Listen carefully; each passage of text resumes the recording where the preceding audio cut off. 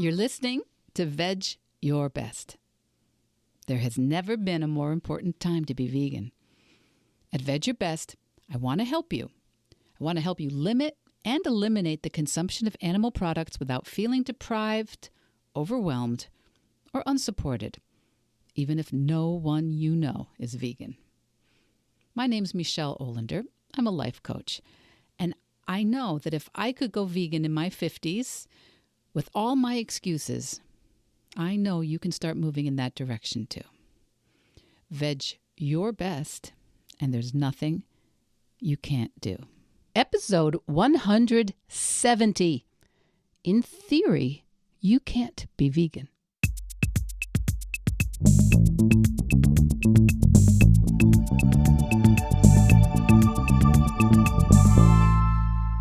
Welcome back, my Vedge Your Bestie, and welcome back, my friends, to the pod that never ends. This is episode 170, and that was a niche reference to an album from back in my youth by Emerson, Lake and Palmer, long time ago. And yes, my throat is froggy.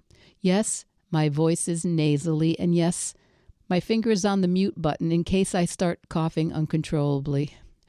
My grandchildren may or may not have left me something viral to remember them by after Thanksgiving. But the pod goes on. And you know, some days recording the next episode feels very doable. And other times it seems like a mind-blowing achievement.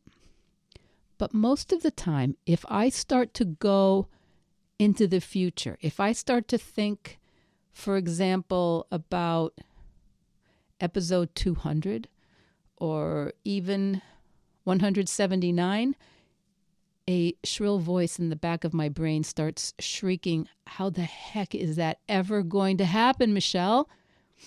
And I have been a little all over the place recently, and that's apparently likely to continue for a while. But what I've noticed is that the more I'm having kind of a hard time keeping everything going, the better coach I am. Because I do all the same things that my clients do. I get stuck. I get distracted. I get overwhelmed. I take on too much because, just like everyone else, I have a human brain.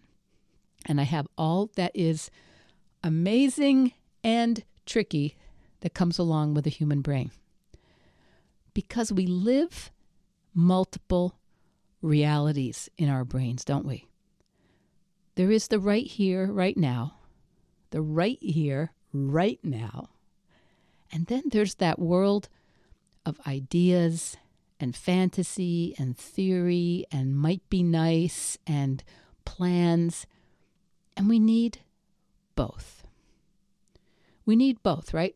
Because it is the great gift of being a human being with a human brain that we're able to live in the here and now, as well as inhabit a world of ideas and imagination and vision. In certain areas, people like me, maybe like you, we can get stuck in a kind of no man's land, a kind of no-win zone where we're judging what we are really doing by the standards of a fantasy or ideal self. We can find ourselves where we don't approve. We don't like what we are doing. We don't appreciate where we are right now and how we are showing up. And instead, we're comparing our real lives to an idea or a fantasy or a theory. Now, that can be in a million different areas. And I'm wondering if something is jumping up in your brain for you. But we can really easily start making something that is a new idea or a theory or a story or a goal that sounds great. We can make those things cast a giant shadow over what we're actually doing and practicing and taking care of right now. Now, I have listeners and clients that will tell me that they're being lazy, or they're dropping the ball, or not showing up the way they want to. Those are their words. And they will they'll apologize or say that they wonder if they aren't capable, maybe, or that they're feeling broken, when what they're actually doing is keeping themselves and their families alive and financially afloat and hitting most of the check marks for dental health and voting and paying their bills and wearing clean underwear and eating something green today. They're doing all of that, and instead of yelling, "Yay me," and high-fiving themselves, there's some potential self or some fantasy or some theoretical them in the future who does it all, does it better, does more besides, and so they can't admire themselves today. They can't be so proud of what they did today because they can imagine someone who does it even better. So the title of today's podcast is, In Theory, You Can't Be Vegan. And I have nothing against theory. I think most of us have to start there. We start with the theory. We start with the idea, the fantasy, the goal that we might no longer eat animals for all kinds of reasons. It does start there. For most of us, it starts with the realization that it's even a thing. That it's even an option to be vegan is a mental leap for most of us in the beginning, right? And in that moment, a tiny piece of mental real estate gets designated vegan or vegetarian or plant-based, and it's all theory in there. It's all theory as it first occurs to us. And in that moment, a tiny piece of mental real estate gets designated. It gets designated vegan or vegetarian or plant-based. And it's all theory in there. And in our brain, without even trying, our brain creates that placeholder, that synapse. And it's like a folder in the great filing cabinet of your infinite brain. Now that you realize vegan is a thing, it gets the name on the folder, but it's still all theory. And then, depending on the things that are important to you, on the other ideas that you learn about, the people you meet or read of, other things get placed in the folder, and the things you find out are all dropped in there, that mental folder, and it can get pretty full. But your brain is infinite, and it can all go in there. You can watch all the documentaries, read all the books, listen to all the podcasts. You can follow along with all the new products. And it's all super valuable, super interesting, super important, and it's all theory. And you cannot be vegan in theory. But that does not mean that the theory is unimportant. For example, I show up here every week. I work in between because I think the information, the exposure, the reinforcement, and the conversation here at Vedge Your Best matters. But I don't just learn and plan and think about podcasting, at least not for the last 3 years. I actually hit record. And sometimes it's with a pretty froggy voice and a finger on the mute button to try and cut out the coughs. But I have a podcasting practice, and it's not always pretty. Witness today. In theory, I can't be a podcaster. I have to actually create a practice of producing a podcast. In theory, I can't be vegan either. No matter what I know, I have to actually create a vegan practice, and that's where it can sometimes feel so awkward because we can't wait until we know it all. We can't wait until everyone's on board and we know exactly what to ask for and how to cook it and when to bring it and how to prepare for a delayed flight and how to feel satisfied when there aren't many options and when Aunt Susie's telling us we wouldn't have this cold right now if we would just eat her chicken soup. Veganism exists in theory for sure, but in theory, you can't be vegan. You have to create a vegan practice, and your practice will probably not look like mine. It will probably not look like anyone else's. Your vegan practice probably, when you start, won't look like your practice next year or in 10 years, because it's a practice you're folding into your real life. It doesn't exist independently of you.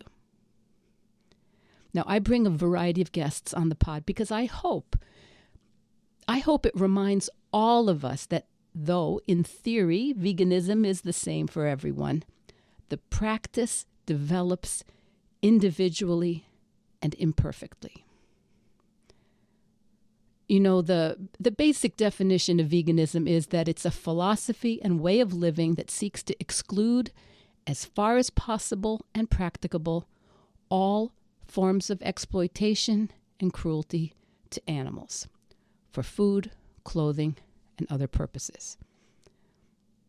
Now, if you know me, you know that I'm always thinking I need to know way more before I can start. And if that were the case, I still would never have started this podcast.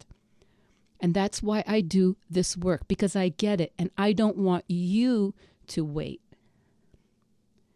I don't want you to wait until you know it all. I could, by nature, maybe you could too. Maybe we could both spend the rest of our lives researching before starting. But I'll tell you that personally, somewhere around the time I turned 50, I had that realization that has become a meme all over the internet.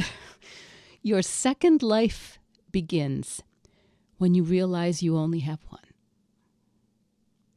Your second life begins when you realize you only have one.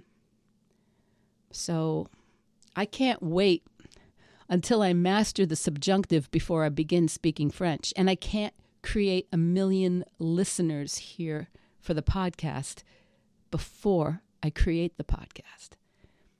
And I can't do 20 push-ups before I practice doing one. I can't help someone else start making vegan choices before I show up.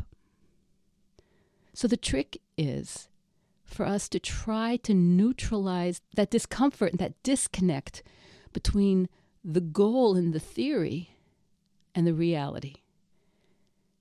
Because I think falling short is really still advancing. Falling short really is still advancing. So if the ideas and the fantasies and the theories that you're carrying around in your head of how it could be or how it should be, if those are casting a shadow over what you have actually accomplished this year, I want you to know that I get it. I get how that happens. And there are some people who will tell you that you should start forgetting about these goals and the plans and ideals that make you feel bad about yourself. But I don't think that that's the solution. I think the magic of being human is that these two things can be true. We can have goals and plans and theories that are still out of our reach, that ignite our lives and illuminate the direction of our lives. And we can applaud ourselves for showing up. We can high-five ourselves for leaning into these new things messily, imperfectly. And I personally know that having a coach can make it so much easier and more efficient to create these new practices that reflect the theories that light us up intellectually, but are currently eluding us in reality. All that to say, get out there. Get out there, my Vedge bestie. Speak French badly. They'll get over it. Hit record. Order the vegan option. Write a poem. Play the song.